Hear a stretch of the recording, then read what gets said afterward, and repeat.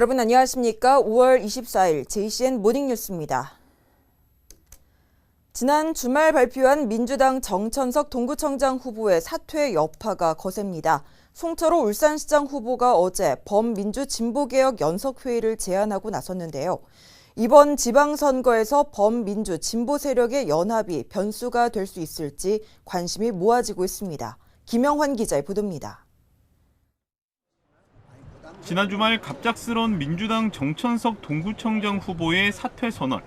하지만 특정 후보 지지에 대해서는 언급을 하지 않았습니다. 단일화에 가기에는 멀고 그다음에 다만 이제 당별로 또는 후보별로 유불리에 따지고 그거는 선거 전략에 따른 것이고. 이에 따라 국민의힘과 진보당 모두 자신들에게 유리한 분석을 내놨습니다. 그동안 당은 틀렸지만 인간적인 부분으로 봐서 본인이 정치를 하지 않겠다라고 생각이 들면 저를 꼭 지지하리라고 저는 생각을 합니다.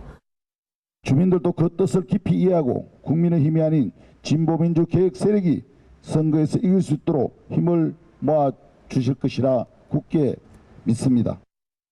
정천석 후보의 사퇴가 범민주 진보 단일화 움직임에 불씨를 당겼습니다. 송철호 울산시장 후보가 노동단체와 진보정당, 시민단체가 참여하는 범민주 진보개혁 연석회의를 제안했습니다. 비장한 각오로 울산 전역에서 국민의힘 부활을 저지하기 위한 민주, 노동, 진보 개혁 진영의 공동 전선 구축을 보상합니다. 송 후보는 연석회의를 통해 북구청장 후보 단일화를 논의하고 노동계와 진보정당의 완전한 지지를 받겠다는 입장입니다. 민주당이 다양한 진보 정치 세력과 연대하는 빅텐트에 성공할 수 있을지, 그리고 이 야권 빅텐트가 이번 선거에서 어떤 변수가 될지 정치권의 관심이 모아지고 있습니다. JCN 뉴스 김영환입니다. 지난 주말과 휴일 여야 중앙당 지도부가 울산을 방문해 지방선거를 지원 사격했습니다. 국민의힘 이준석 당대표는 공정과 상식과 정의를 표현하는 윤석열 정부와 국민의힘은 앞으로 전국에서 지역 밀착형 후보를 바탕으로 선거를 승리할 것이라며 새로운 모빌리티 산업과 수소 산업을 아울러 울산을 다시 한번 산업 발전의 주축이 되는 도시로 만들겠다는 윤석열 대통령의 약속을 꼭 지키겠다고 강조했습니다. 더불어민주당 이재명 총괄선대위원장은 정치는 국민의 더 나은 삶을 만들기 위해 국민을 대신하는 것이라며 현 정권이 주는 깊은 절망을 용기와 투지, 열정으로 바꾸면 이길 수 있다고 지지를 호소했습니다. 김주홍 교육감 후보가 선거자금 모금을 위해서 출시한 펀드가 하루 만에 목표 금액인 4억 원을 모두 달성하자 2차 펀드 모집에 들어갔습니다. 김 후보는 지난 20일에 출시한 김주홍 펀드가 지지자들의 성원으로 하루 뒤인 21일에 목표 금액 4억 원을 달성함에 따라 21일부터 목표 금액 2억 원의 2차 펀드를 출시했다고 밝혔습니다. 2차 펀드는 5월 말까지 진행됩니다. 김주홍 펀드는 선거 비용을 보전받는 8월 초에 모금액 원금과 이자를 연 3%의 금리로 지급할 예정입니다. 울산 지역 퇴직 교육계 인사 216명은 어제 기자회견을 열고 노옥희 울산시 교육감 후보 지지를 선언했습니다. 이들은 전국 최고 수준의 교육복지와 청렴도를 자랑하는 울산 교육이 더욱 성장하기를 바란다며 혁신 울산 교육이 튼튼하게 뿌리를 내리고 대한민국 공교육의 표준이 되기를 소망한다고 밝혔습니다. 울산 지역 문화예술인 130명도 기자회견을 열고 노옥희 후보 지지를 선언했습니다. 문화예술인들은 울산교육 박람회와 청소년 영화제 등 문화예술 관련 공약을 환영한다며 정책 실현과 과제 수행에 적극 참여해 울산교육의 성장과 발전에 기여하겠다고 강조했습니다. 더불어민주당 기초단체장 선거에 출마한 후보들의 공약 발표가 이어졌습니다. 박태원 중구청장 후보는 어제 고해상도 초미세먼지 정보 제공 체계를 구축해 구민들의 건강을 보호하고 스마트 홍수 통제 시스템도 구축하겠다고 공약했습니다. 이선우 울주군수 후보는 신혼부부 주택자금 지원 사업을 만 18세에서 39세 청년층으로 확대하고 아동수당과 별개로 만 8세에서 12세까지 어린이에게 매월 2만 원의 용돈 수당을 지급하겠다고 약속했습니다. 울산시 선거관리위원회는 지난 21일 태화강 국가정원 야외공연장에서 유권자들의 투표 참여를 독려하는 드론 라이트쇼를 개최했습니다. 선관위는 300대의 드론을 활용해 투표로 밝히는 온 동네라는 지방선거 슬로건과 투표 참여를 독려하는 메시지를 색색의 드론 라이트로 밤하늘을 밝혔습니다. 선관위는 투표 참여 캠페인과 비보잉 댄스, 밴드 공연과 대형 캘리그라피 퍼포먼스 등도 진행했습니다. 영상을 함께 보시겠습니다.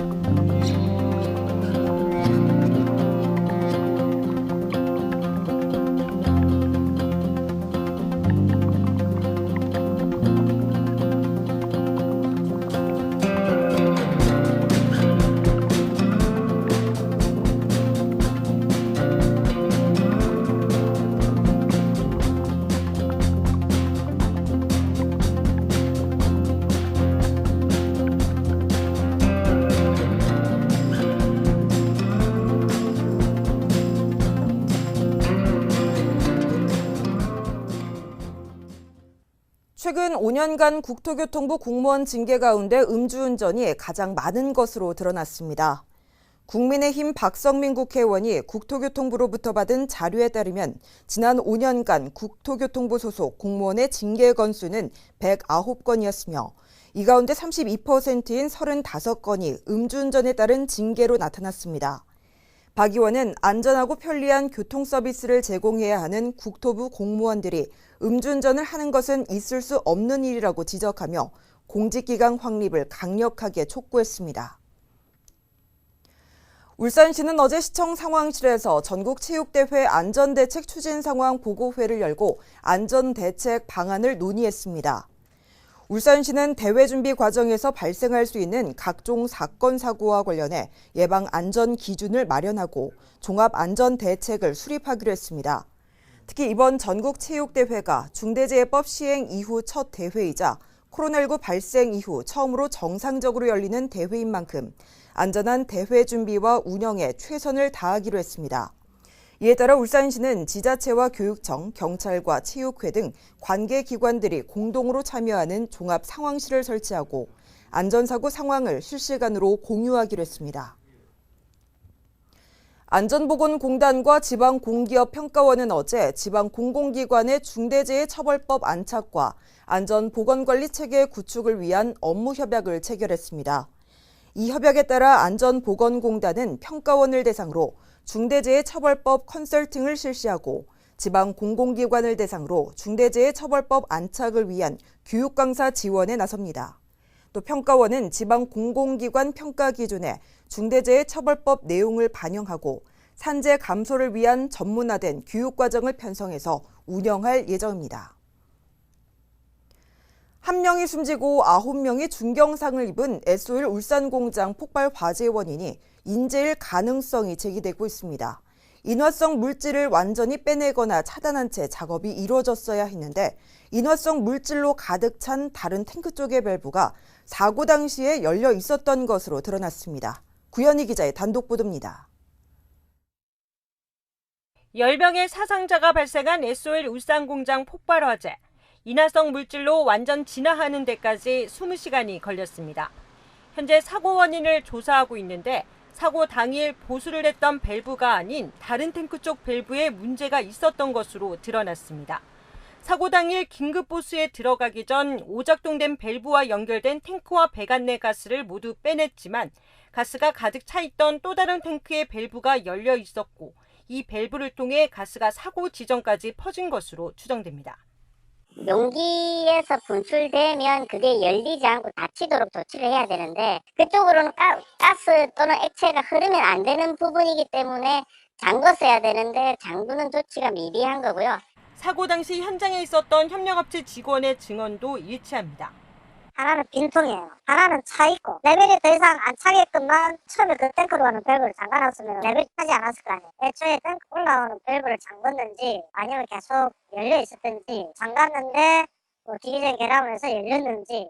경찰과 고용노동부는 닫혔어야 할 밸브가 왜 열려 있었는지, 원청인 S-Oil이 작업 전 안전 조치를 제대로 했는지 등을 집중 조사하고 있습니다. 사고 발생 며칠 전 밸브가 오작동됐다는 S-Oil 측의 주장도 사실과 달랐습니다. JCN이 입수한 S-Oil 작성 사고 보고서를 보면 사고 며칠 전 보수를 했던 건 밸브가 아닌 열 교환기였습니다. 밸브 오작동은 교체된 열 교환기를 시운전하는 과정에서 발생했습니다. 그 밸브는 수리를 한 적이 없어요. 이때까지 누구도 어느 업체든 그 밸브 자체를 수리한 적이 없어요. 이때까지 시운전 하다 보니까 이게 문제가 생겨서 우리한테 긴급작용 들어온 거고. 사고 당시 작업 현장에 투입된 S-Oil 직원도 7명. 당시 현장에 S-Oil 직원만 14명이 있었다는 S-Oil 측과 소방본부의 발표와도 다릅니다. 경찰은 오늘 소방과 국가수 등과 합동 감식을 벌일 예정입니다. JCN 뉴스 구현입니다. 울주군은 울주경찰서와 함께 전국 최초로 360도 변형이 가능한 LED를 기반으로 하는 눈에 띄는 비상벨을 설치했습니다. 이 비상벨은 취약 지역 중 10곳을 선정해 설치됐으며 비상벨을 누르면 누른 사람이 CCTV에 비춰질 수 있도록 제작돼 있어 범죄 예방에 상당한 도움을 줄 것으로 보입니다. 제51회 전국 소년체육대회가 코로나19 영향으로 3년 만에 오는 28일부터 31일까지 경북 구미에서 정상 개최됩니다. 울산시 체육회에 따르면 울산에서는 이번 대회에 임원과 선수 등 31개 종목에 744명의 선수단이 참가하며 특히 복싱과 씨름, 축구와 농구에서 선전을 기대하고 있습니다. 시체육회는 이번 대회에서 오는 10월 울산에서 열리는 제103회 전국체육대회 홍보 활동도 함께 실시할 예정입니다. 약사초등학교 6학년 권혁빈 학생이 전국 장애학생 체육대회 육상 부문에서 금메달과 동메달을 목에 걸었습니다. 권혁빈 학생은 지난 17일부터 20일까지 구미시와 경북에서 열린 제16회 전국 장애학생 체육대회에 참가해 200m 달리기에서 금메달, 또 멀리뛰기 종목에서는 동메달을 획득했습니다. 울산보건환경연구원이 울산의 소사육 농가를 대상으로 구제역 백신 항체 형성률 검사를 실시합니다. 대상은 한우와 유구 50마리 이상 사육 농가와 젖소 사육 농가이며 50마리 미만의 소규모 농가는 무작위로 추출해서 검사할 계획입니다. 보건환경연구원은 또 접종 지도 교육도 함께 실시해서 올바른 백신 접종을 통한 구제역 청정지역을 지속적으로 유지하겠다고 밝혔습니다. 울산대공원 장미축제가 내일부터 5일간 열립니다. 14회째를 맞은 울산대공원 장미축제는 코로나19 영향으로 3년 만에 다시 열립니다. 12개국 265종 300만 송이의 장미를 직접 볼 수 있습니다. 축제 기간에는 갈티못에서 외벽 영상 공연이, 장미원 일원에서는 조명으로 만든 장미꽃길이 펼쳐집니다. 울산문화재단 축제추진단이 제56회 처용문화제와 2022 태화강 공연축제 나들이에 참여할 20개 팀을 확정했습니다. 이번 공모에 선정된 팀은 국악연주단 등 처용문화재 공연단체 10개 팀과 나들이 공연단체 10개 팀 등 모두 20개 팀입니다. 이 팀들은 오는 10월 8일 태화강 국가정원에서 개최되는 제56회 처용문화제와 2022 태화강 공연축제 나들이 등 울산 문화축전에서 공연 무대를 선보일 예정입니다. 부동산 개발 호재가 있다고 속여 피해자들로부터 토지 매매대금 명목으로 수억 원을 받아챙긴 업체 대표에게 실형이 선고됐습니다. 울산지법 황인하 판사는 사기 혐의로 기소된 50대 A씨에게 징역 6개월을 선고했습니다. 남구에서 부동산 매매업체를 운영하던 A씨는 포항시에서 재개발하는 땅이 있다고 속이는 등 부동산 개발을 미끼로 2명의 피해자로부터 2억 5,800여만 원을 가로챈 혐의를 받고 있습니다. JCN 모닝뉴스를 마칩니다. 함께해 주신 여러분 고맙습니다.